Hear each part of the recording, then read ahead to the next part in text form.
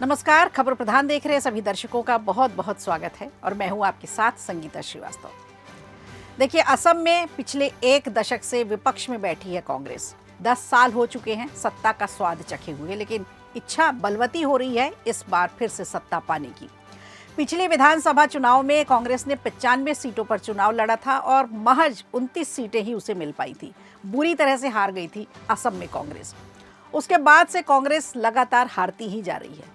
कांग्रेस का महाजोट के साथ गठबंधन था जिसने 50 सीटों पर जीत दर्ज की थी, तो कुल मिलाकर 50 सीटों पर ही टोटल जीत हो पाई थी इनकी। बीजेपी ने बाजी मारी थी और आज तक वो सत्ता में काबिज है। इस तरह से साल 2016 के मुकाबले कांग्रेस नेतृत्व की बात करें तो गठबंधन वाला जो इसका नेतृत्व था, 2021 के चुनाव में 10 सीटों का उसे फायदा हुआ था और इससे थोड़ा सा उनका हौसला जरूर बढ़ता है, लेकिन बीजेपी के मुकाबले बहुत पीछे हैं अब भी।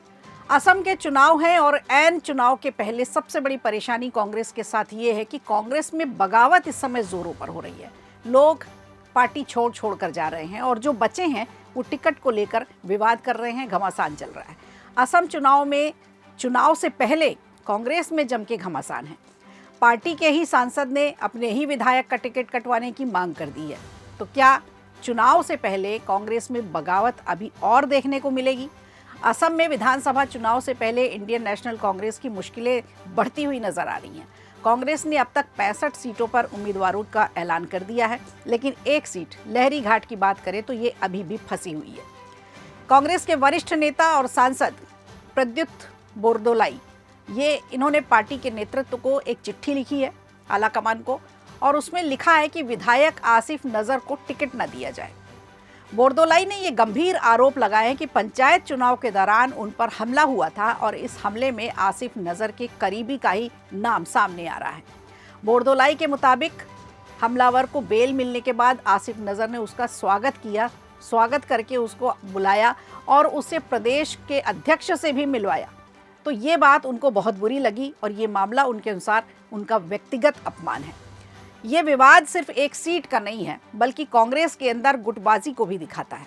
आसिफ नजर को माना जाता है गौरव गोगोई का बेहद करीबी, यानी पार्टी के अंदर अलग अलग गुट अभी भी बने हुए हैं और पूरी तरह से सक्रिय भी हैं। हाईकमान तक मामला पहुंचा। ये मामला अब कांग्रेस के शीर्ष नेतृत्व के हाथों में है। असम प्रभारी जितेंद्र सिंह को पत्र लिखा गया। स्क्रीनिंग कमेटी की अगुवाई असम में कर रही है इस समय प्रियंका गांधी, लेकिन उनका कुछ अता पता नहीं है, एक बयान भी नहीं आता इस बारे में। अब फैसला हाईकमान को ही करना है। तो क्या बगावत होगी?